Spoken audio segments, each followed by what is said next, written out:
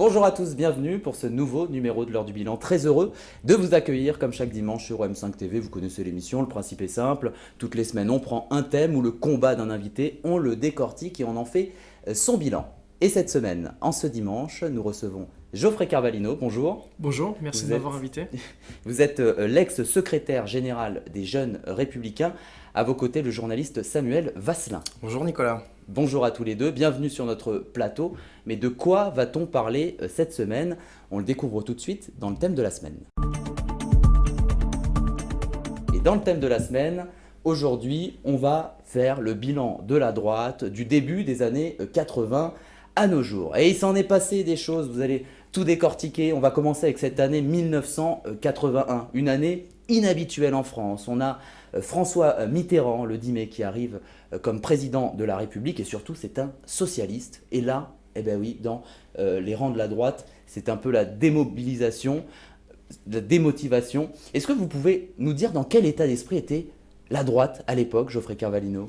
Je dirais que la droite était un peu divisée parce qu'on avait eu la victoire de 74 de Giscard d'Estaing, Jacques Chirac qui a été son Premier ministre, son poste en août 76, crée le RPR en 76.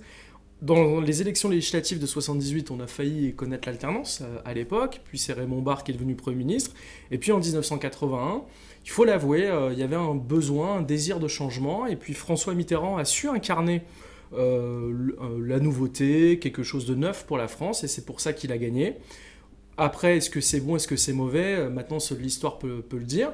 Mais en tout cas, la France a connu l'alternance. Et ce qu'il faut reconnaître au président Mitterrand, c'est que les institutions de la Ve République ont tenu. Et on lui doit cela aujourd'hui. Et au niveau de la droite, cette démobilisation, on se souvient notamment, Samuel Vasselin, de cette arrivée de 4 communistes à l'Assemblée nationale. Est-ce que ça avait un peu affecté la droite à ce moment-là? Est-ce qu'ils avaient peut-être peur de ce changement de cap? Non, moi je pense que la droite c'est toute seule, a voulu toute seule le changement aussi. On se rappelle que Giscard d'Estaing était au pouvoir, mais qu'il y avait une partie de la droite incarnée par Chirac qui était contre toutes les actions présidentielles. Et je pense que quelque part la droite s'est dit à ce moment-là, il faut que la gauche ait plus de pouvoir, que ce soit à l'Élysée, que ce soit à l'Assemblée nationale, pour amener plus de débats politiques et pour cette droite-là qui était plus d'accord avec la majorité présidentielle, prendre le pas et amener un petit peu une nouvelle forme de droite à droite. Et d'ailleurs, maintenant, on va passer en 1986, que c'est bon de traverser le temps aussi vite. Évidemment, avec cette cohabitation, c'est une situation, on le rappelle à nos téléspectateurs, où on a un président soit de droite ou de gauche et un gouvernement inverse, enfin une assemblée nationale inverse. Et d'ailleurs, en 1986, on a François Mitterrand qui voit quand même l'arrivée de Jacques Chirac comme nouveau Premier ministre. Est-ce que finalement, dans l'histoire, Jacques Chirac a su imposer à François Mitterrand des idées de droite, Geoffrey Carvalino? La droite, effectivement, à ce moment-là, on se rend compte que les gens, au bout de 5 ans, sont déçus du socialisme. Il avait mis Laurent Fabius Premier ministre jeune, bon, on a vu ce que ça donnait à l'inexpérience. Si on peut faire un petit parallèle. Ça a été avec l'inexpérience peut-être de Laurent Fabius qui a été sanctionnée. Et puis, il y avait un vrai désir. Les gens étaient déçus de la gauche. François Mitterrand avait mis la proportionnelle, donc il avait changé le mode du scrutin. C'était plus par circonscription, mais sur une proportionnelle. Et puis, on a vu que la droite, avec l'UDF à l'époque, parce que c'était le RPR et l'UDF qui ont fait un certain nombre de sièges. Malheureusement, ce système a fait rentrer 36 députés du Front National à l'époque, ce qui a permis aussi à François Mitterrand de se maintenir et de préparer aussi son élection en 1988. Et je dois avouer une chose quand même, c'est que ce gouvernement, chez nous à droite, ça avait de la gueule, parce que vous aviez Alain Juppé, Édouard Balladur, Jacques Chirac à Matignon, des petits nouveaux à l'époque, Pasqua, Séguin ensemble. Donc c'est vrai que ce gouvernement avait vraiment, je veux dire, de la gueule. Malheureusement, parce que François Mitterrand était dans une opposition, et il a remporté son match, parce que dans une cohabitation, c'est toujours le président de la République qui gagne. On s'en est rendu compte après par la suite, on le verra. Mais en tout cas, voilà, Mitterrand a vraiment réussi ce pari de faire cette opposition, et c'est là qu'on voit que les institutions de la Ve République sont avantageuses pour le président de la République. Après, voilà, ça a permis aussi de montrer ce que la droite savait faire. Malheureusement, on a perdu derrière en 1988, après cette cohabitation, pardon. Et puis, malheureusement, on n'a pas su faire l'union dès le premier tour, parce que Raymond Barre s'était présenté juste après, alors que peut-être, à cette occasion-là, si on avait eu un candidat unique à droite après cette cohabitation, peut-être qu'on aurait remporté le match face à François Mitterrand. C'est vrai qu'on se souvient aussi de cette cohabitation avec très froide entre les deux hommes, hein, Jacques Chirac et François Mitterrand. On pouvait appeler Samuel Vasselin d'un succès quand même de la droite, malgré cette cohésion difficile entre les deux hommes. Mais c'était la force de Jacques Chirac, c'est qu'il avait ce côté, je vais pas dire sympathique, mais en tout cas sa manière de gouverner était très critiquée parce qu'elle était très libre. Il y avait un cadre très cool, on l'a dit tout de suite, quand il arrivait à Matignon, il a imposé son style et ça, c'était un peu contradictoire avec le style de Mitterrand qui était très homme d'État, qui voulait vraiment réformer la France après une 5e République complètement à droite. Et moi, je pense que justement, c'est ça qui a fait défaut à Jacques Chirac, c'est d'arriver, d'avoir cette aisance, sous cette cohabitation, de ramener un nouveau style. Je pense que ça a un peu bouleversé les Français à ce moment-là. Alors d'ailleurs, on va sauter un septennat, puisqu'à l'époque, on était sous 7 ans avec un président. On arrive en 1995, et là, on parlait de Jacques Chirac, il devient président de la République. D'ailleurs, arrivé au pouvoir, il sanctionne aussi les soutiens de Balladur, hein, en les écartant du gouvernement, comme Nicolas Sarkozy. Geoffrey Carvalino. Oui, c'est vrai que ça a été une période qui a été très dure pour la droite, c'est-à-dire on a eu la super victoire de Chirac, les images, hein, c'était... Après 14 ans de socialisme, après, quand même. 14 ans de François Mitterrand, énorme. Jacques Chirac qui reprend le pouvoir, alors que même en février 95, personne n'aurait misé sur Jacques Chirac. Mais il y a eu de l'empathie, il y a eu un projet travaillé, un vrai projet qui à la fois était ferme sur le régalien, mais qui avait une grosse partie de justice sociale, parce qu'il dénonçait cette fracture sociale qui a vraiment parlé aux Français. Et puis effectivement, il y avait la droite qui était divisée, avec Balladur aussi qui s'était présenté. Heureusement, au deuxième tour, le camp d'Édouard Balladur a joué le jeu. Et effectivement, l'erreur de Jacques Chirac, ça a été en 95 de tout de suite de ne pas se réconcilier avec les gens qui avaient soutenu Édouard Balladur, dont Nicolas Sarkozy. Et on le verra plus tard, parce que grâce à son talent, parce que c'était quand même quelqu'un, déjà à cette époque, qui avait marqué déjà la droite, il est revenu parce qu'à un moment donné, le talent paye.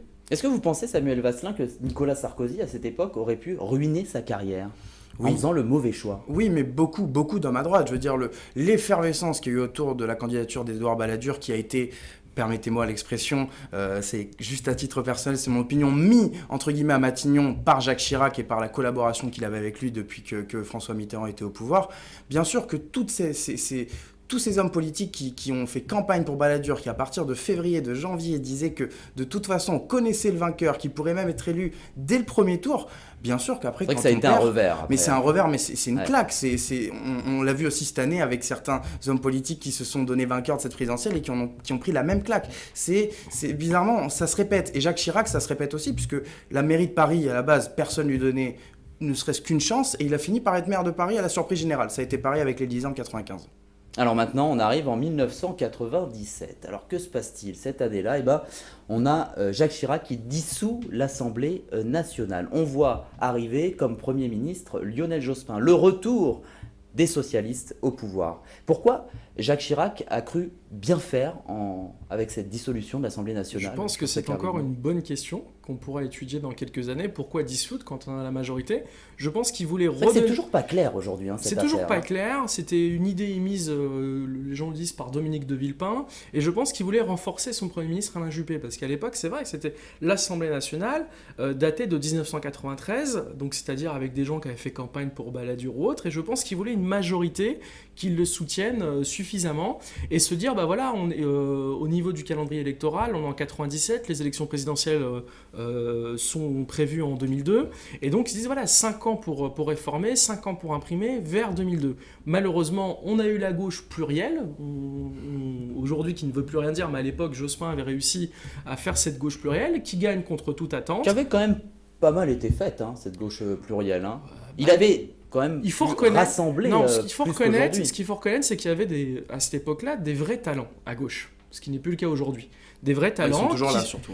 Ils sont toujours là, d'autres se sont un peu réfugiés autre part, mais il y avait des vrais talents, qui avaient une jeunesse, mais c'est surtout qu'il y avait du talent, ce qu'on n'a pas vu sous le quinquennat de François Hollande, et ils ont su mettre en place une politique, mais pour moi, elle n'est pas allée assez loin, parce qu'à ce moment-là, la croissance est en train de revenir. Martine Aubry nous met les 35 heures, alors que je pense qu'il aurait fallu baisser à ce moment-là les charges sur les entreprises et mettre le paquet pour redonner du pouvoir d'achat aux Français et relancer la croissance et l'économie. Ce qui n'a pas été fait par le gouvernement socialiste, alors qu'à l'époque, Schröder avait commencé à ce moment-là, début des années 2000, à mettre en place ces réformes qui ont vu ce qui est devenu l'Allemagne aujourd'hui avec Angela Merkel. Donc, ils n'ont pas su saisir l'opportunité de réformer à ce moment-là. Je pense que c'est une faute, c'est dommage. Tiens, Samuel Vasselin, d'ailleurs, on va passer à 2002. Tiens, tout de suite. Allons-y. 2002, une grande date de l'histoire. Alors là, déjà, on a ce face-à-face entre Jacques Chirac et Jean-Marie Le Pen. Jacques Chirac gagne à plus de 80% des voix. D'ailleurs, les observateurs ont appelé ça un sursaut républicain. Est-ce que ça veut dire encore quelque chose, un sursaut républicain aujourd'hui ? Oui et non, moi je pense ça que... c'est un peu effacé, hein. On va le voir après en avançant. Ça s'est effacé, on l'a vu aux dernières élections où on a vu, déjà on a vu qu'aujourd'hui ça ne veut plus rien dire vraiment les partis politiques, parce que ceux qui votent à l'extrême gauche votent maintenant à l'extrême droite, ceux qui votaient à l'extrême, ceux qui se disaient à gauche votent maintenant entre guillemets à l'extrême gauche, une partie des électeurs des Républicains, c'est aujourd'hui l'échiquier politique est totalement bouleversé, et c'est de même pour les électeurs. Et pour le coup, en 2002, tout le monde s'est dit c'est impossible que le FN arrive au pouvoir, donc on va le faire, ce front républicain. Mais il n'y avait pas d'envie de voter pour Jacques Chirac. La preuve, c'est qu'il avait eu que 20% au premier tour. Mais ce qui est intéressant à analyser, c'est qu'à chaque fois que la gauche a été au pouvoir, et c'est vérifiable au début du mandat Mitterrand en 81 et pendant les 5 ans de Lionel Jospin, le Front National a augmenté considérablement et a marché sur les plates-bandes de la droite. Donc ça veut dire que quelque part, quand la droite n'est pas au pouvoir, les électeurs de droite sont peut-être plus rassurés par le Front National et ceux par la politique de gauche. Moi, c'est comme ça que je l'ai perçu en tout cas, puisqu'à chaque fois que le Front National a fait des scores élevés, à part en 2012, c'était suite à 5 ans ou plusieurs années de gouvernement de gauche. On parlait justement de ce premier tour en 2002, effectivement, on avait pu remarquer aussi que Jacques Chirac était en tête, même avec pas un si gros score que ça, il était quand même en tête alors c'était le président de la République quand même, Geoffroy. C'est quand même une victoire. Non, je pense il aurait pu être beaucoup plus haut. Et il y a eu, c'était une présidentielle, il y avait 16 candidats quand même. Je crois que c'est l'élection présidentielle. Dont 7 à gauche. Par exemple, c'est vrai que vous enlevez la candidature de Jean-Pierre Chevènement ou de Christiane Taubira, peut-être que ça aurait été différent, qu'on aurait eu un second tour Chirac-Jospin. Après, maintenant, on ne refait pas l'histoire. Ça a été un vrai choc de voir Jean-Marie Le Pen comme son second tour, parce qu'il faut quand même écouter les déclarations de Jean-Marie Le Pen.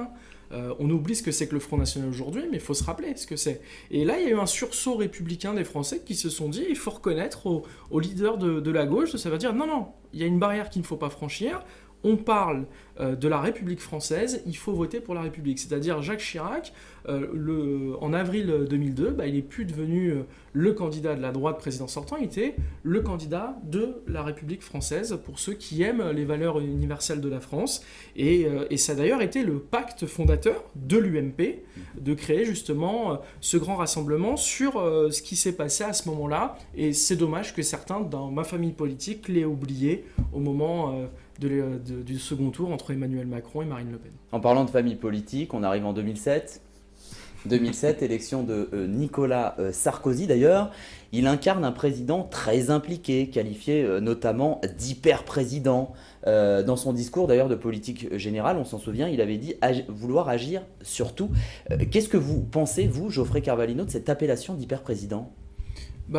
Je pense que c'est quelque chose qu'on peut dire pour Nicolas Sarkozy, parce que c'est quelqu'un qui, du matin au soir, est toujours au travail avec énergie, sincérité, et surtout, il a une part humaine. C'est ce que beaucoup de personnes ne savent pas, c'est que c'est quelqu'un qui est à l'écoute, qui est très engagé, c'est quelque chose qu'il a en lui.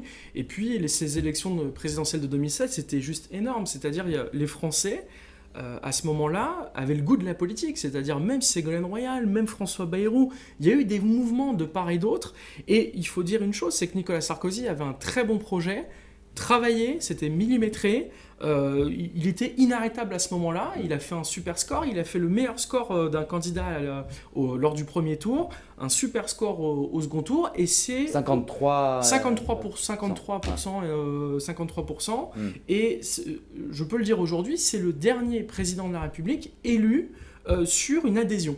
C'est-à-dire, en fait, après, Hollande a été élu sur un rejet, Et Emmanuel Macron, derrière, a été élu sur un rejet aussi de Marine Le Pen. Donc, Et de la société Vous êtes d'accord, Samuel Vasselin, avec cette analyse Oui, parce que Sarkozy est c'était déjà un hyper-homme politique. Rappelez-vous, en 2002... Alors, il y avait eu les émeutes aussi. Mais c'est ça, mais c'était dans la peau du ministre de l'Intérieur. Il avait dit, quand il n'a pas été nommé Premier ministre en 2002, qu'il n'allait pas être le Premier ministre, mais le premier des ministres. Et il a été le premier homme de droite pendant 5 ans, durant le deuxième mandat Chirac. Sarkozy était la star, était l'homme politique de droite. La preuve, il a été élu à l'UMP, je me souviens plus du score, mais c'était un score sans appel. Sarkozy était l'hyper-homme de droite, et c'était tout logique que quand il arrive à l'Élysée, il a envie de tout faire tout seul, d'être lui-même le chef du gouvernement, quitte à parfois marcher sur les plates-bandes de François Fillon, voire lui marcher dessus tout court.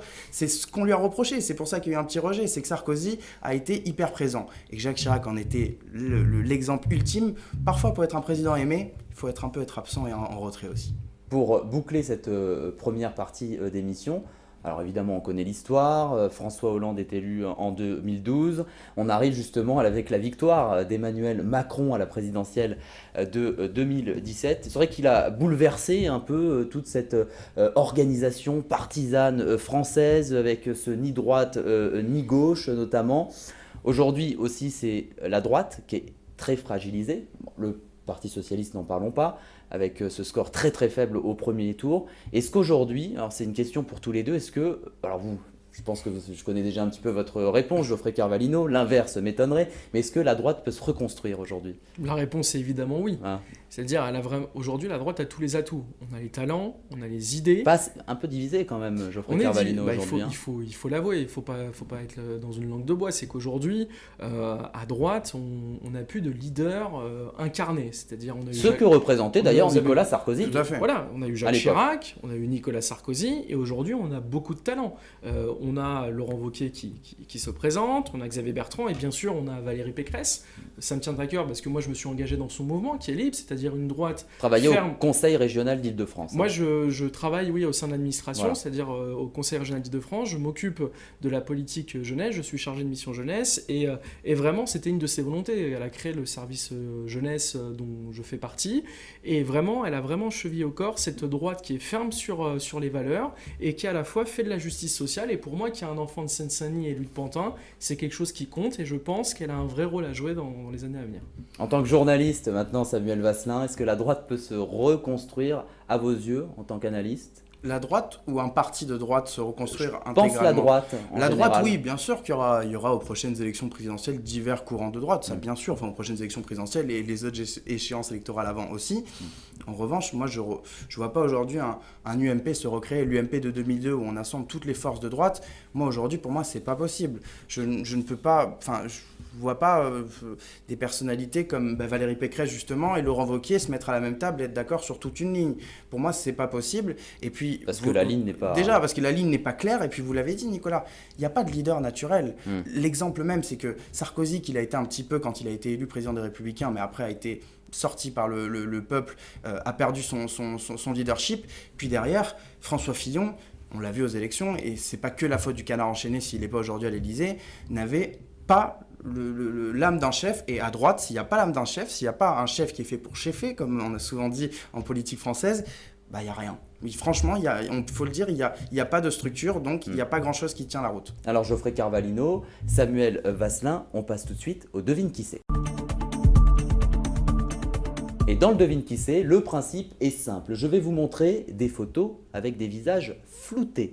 Et aujourd'hui, on va s'intéresser à tous ces acteurs, donc c'est des acteurs, vous allez devoir deviner de qui il s'agit, mais qui ont incarné au cinéma ou à la télévision des personnages de droite. Et on commence tout de suite avec cette première photo. Alors, des petits indices, vous avez besoin de petits indices comme ça. C'est vrai que c'est un acteur qui a aujourd'hui 64 ans, qui a joué notamment dans Le Dîner de Cons, ou encore dans Le Père Noël est une ordure, assez simple. Allez. C'est pas la question la plus dure de l'année. C'est pas la question la plus dure de l'année. On reconnaît directement, on voit un peu les ordres de la République, on voit un peu le Quai d'Orsay, donc on dit que c'est Thierry Lhermitte. C'est Thierry Lhermitte, effectivement. Vous aviez trouvé aussi Samuel ? Oui, bien sûr, je l'ai laissé à Geoffrey. C'était du sportif. Alors pourquoi on parle de Thierry Lhermitte ? Puisqu'il a joué dans ce film qui s'appelle Quai d'Orsay.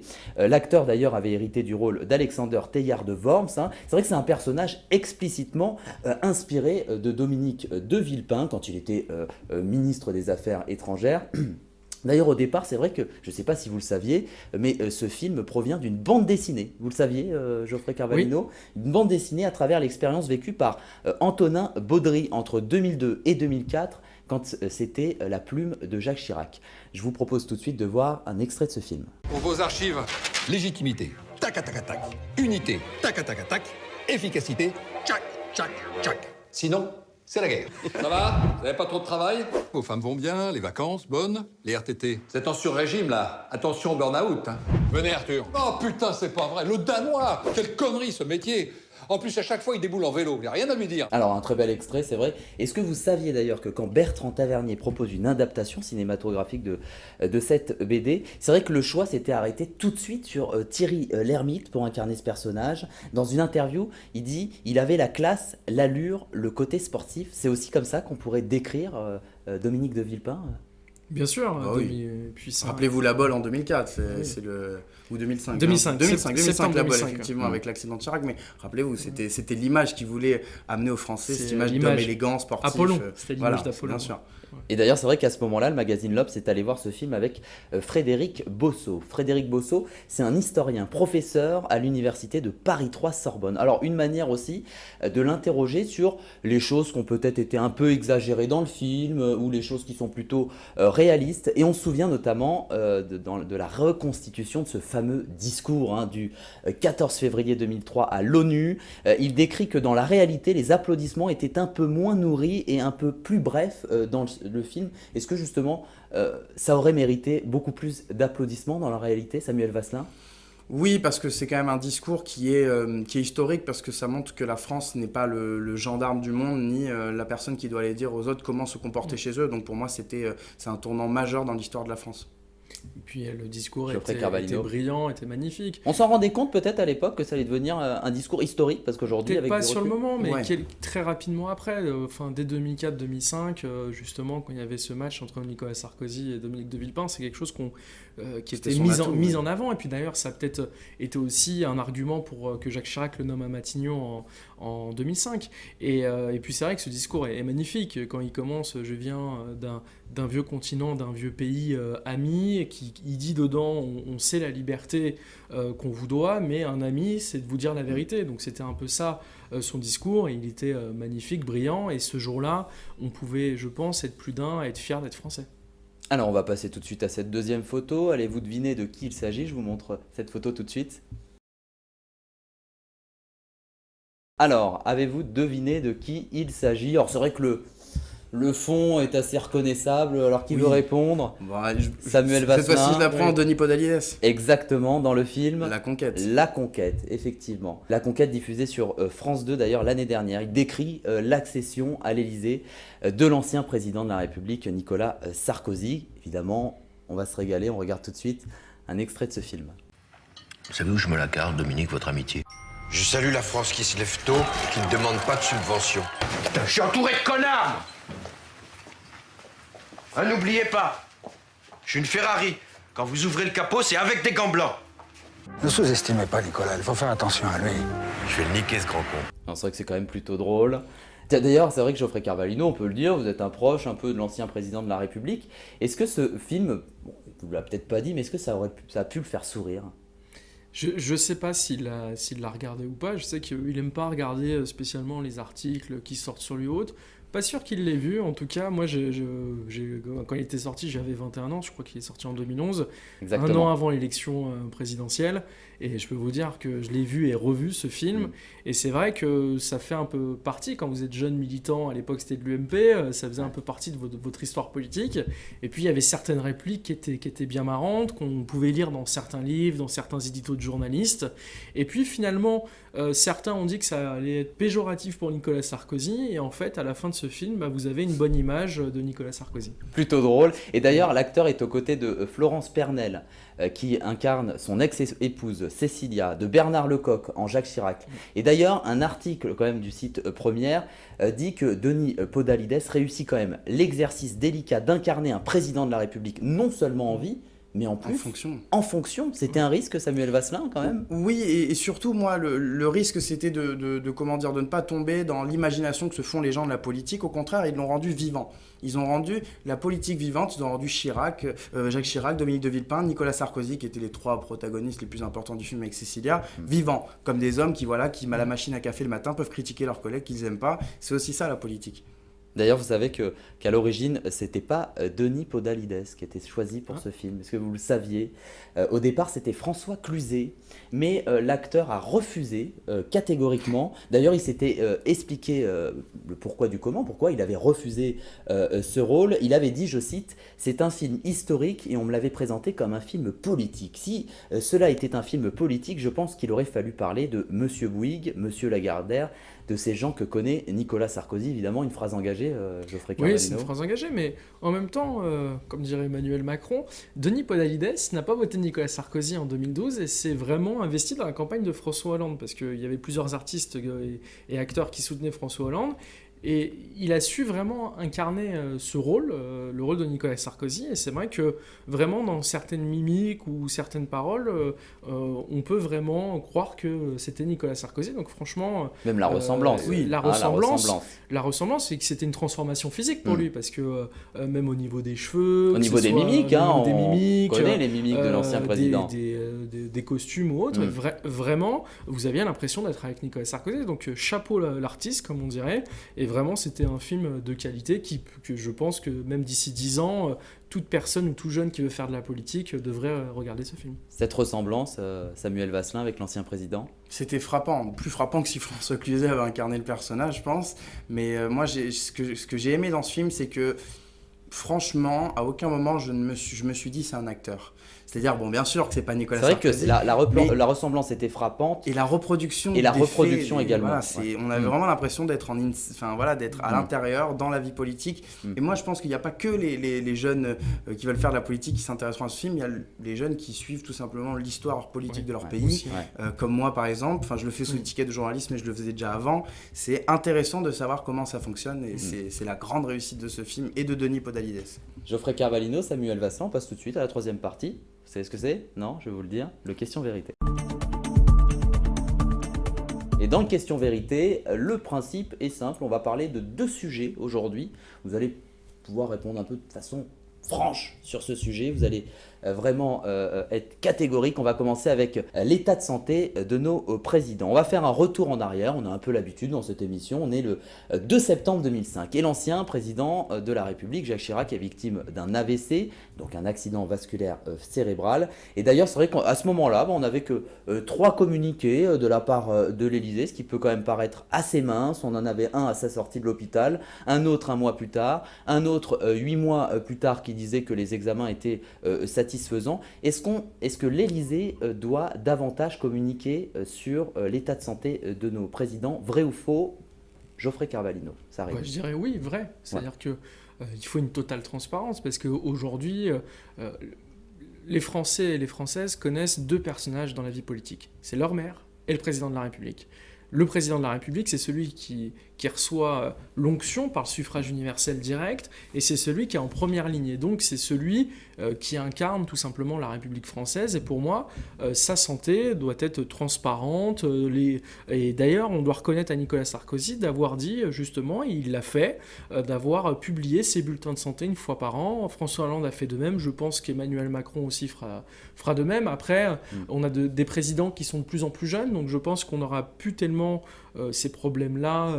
Enfin, j'espère que Emmanuel Macron ne sera touché par rien, en tout cas, mais qu'il fasse aussi une totale transparence. Et puis, je m'en souviens aussi, c'est quand Nicolas Sarkozy, en 2009, avait fait son malaise vagal, ça avait pris des proportions énormes directement. Même une fois, il avait eu, je crois, une angine, ça avait pris des grosses proportions. Et c'est un sujet qui, je pense, qui tient à cœur aux Français. Et qui est assez sensible, finalement, et qui est assez sensible très facilement. Oui, c'est sensible parce que quand on regarde par le passé, avec Georges Pompidou, Jacques Chirac, François Mitterrand aussi, donc c'est vrai que rappeler effectivement que François Mitterrand était malheureusement victime d'un cancer qu'il avait caché de nombreuses années. Samuel Vasselin, cette limite justement avec la vie intime?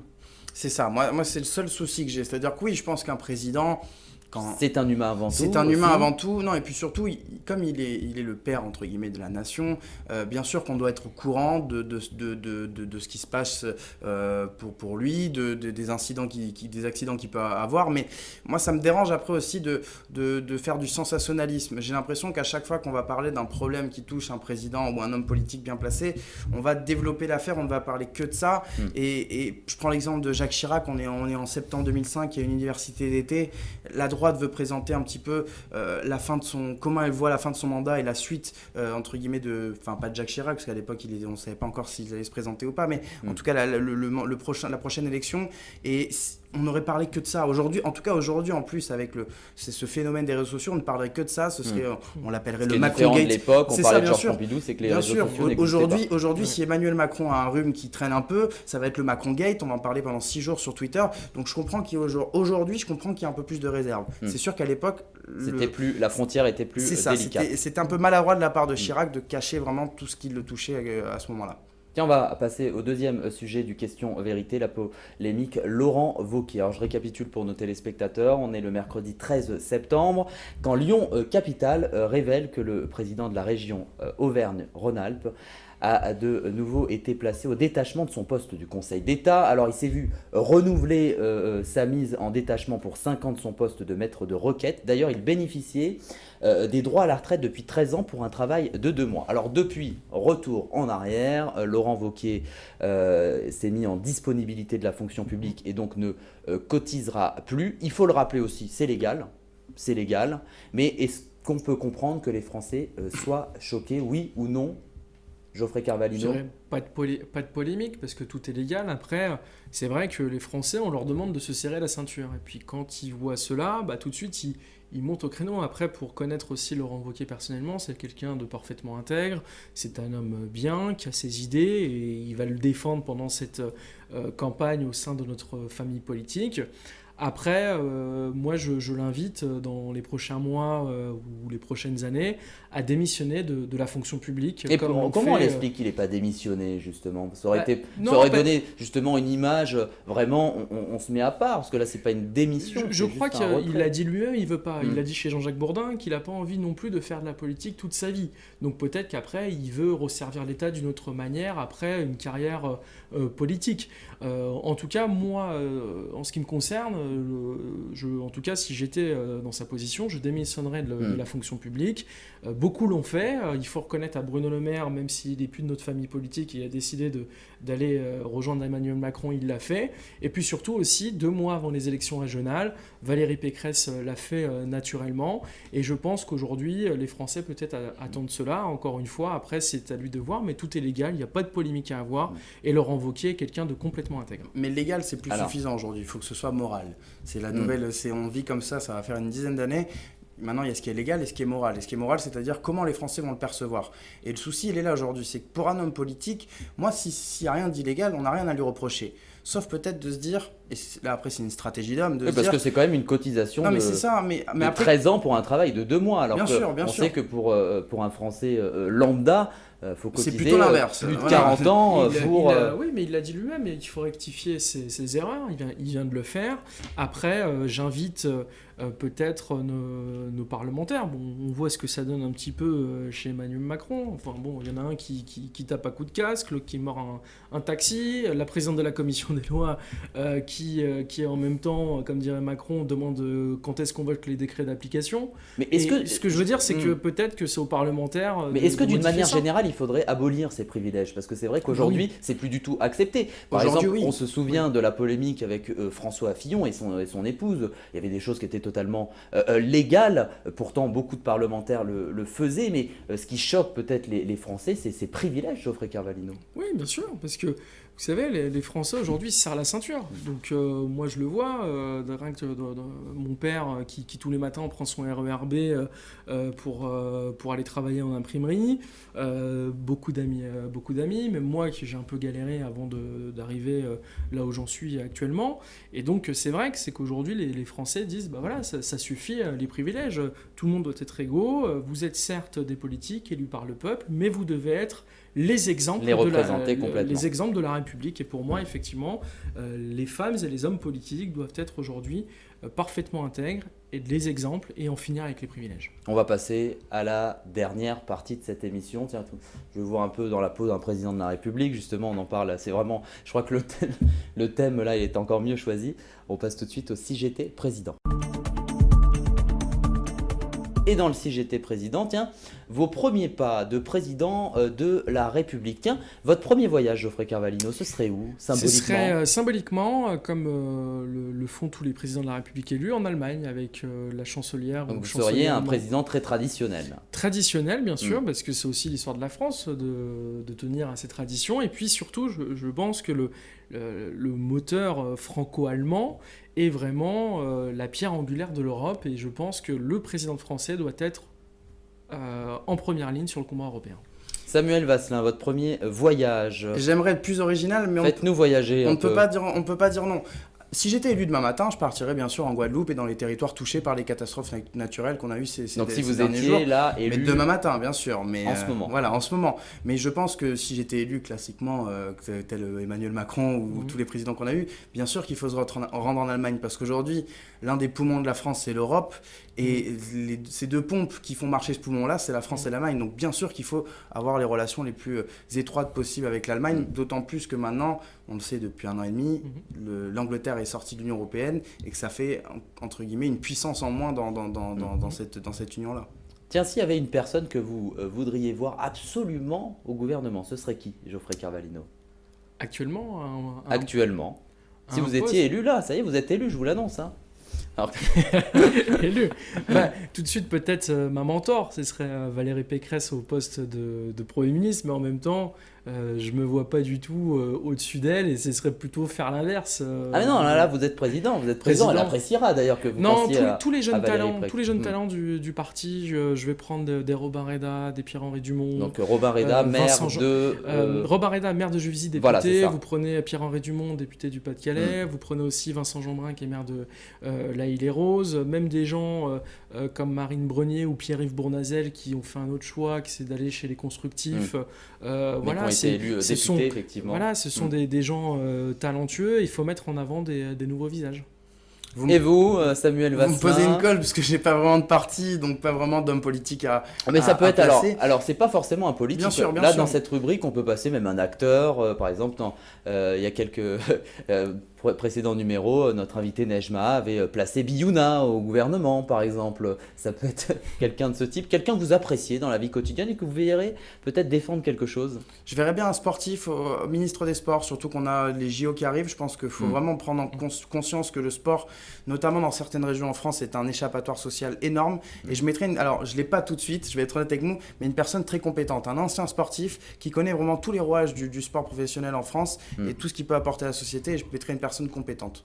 Pour terminer rapidement, est-ce que vous auriez une nouvelle façon de vous habiller? Est-ce que vous pensez finalement que nos présidents sont un peu trop costard-cravate? Non, costard-cravate. Très classique, costard-cravate. Ouais. Samuel Vasselin? Tout dépend de comment on le porte. Regardez, Barack Obama est en costard-cravate pendant 8 ans et ça a été le président le plus élégant de la planète. Donc bien sûr, classique. L'élégance pour terminer Exactement. Cette émission. Merci à tous les deux d'avoir été avec nous. Geoffrey Carvalino, je rappelle que vous étiez l'ex-secrétaire général des Jeunes Républicains, journaliste. Vous êtes Samuel Vasselin. Merci beaucoup et bonne continuation. Merci. Et merci à vous tous de nous avoir suivis. On se retrouve dès dimanche prochain avec un ou des nouveaux invités qui viendront sur ce plateau faire leur bilan. Prenez soin de vous.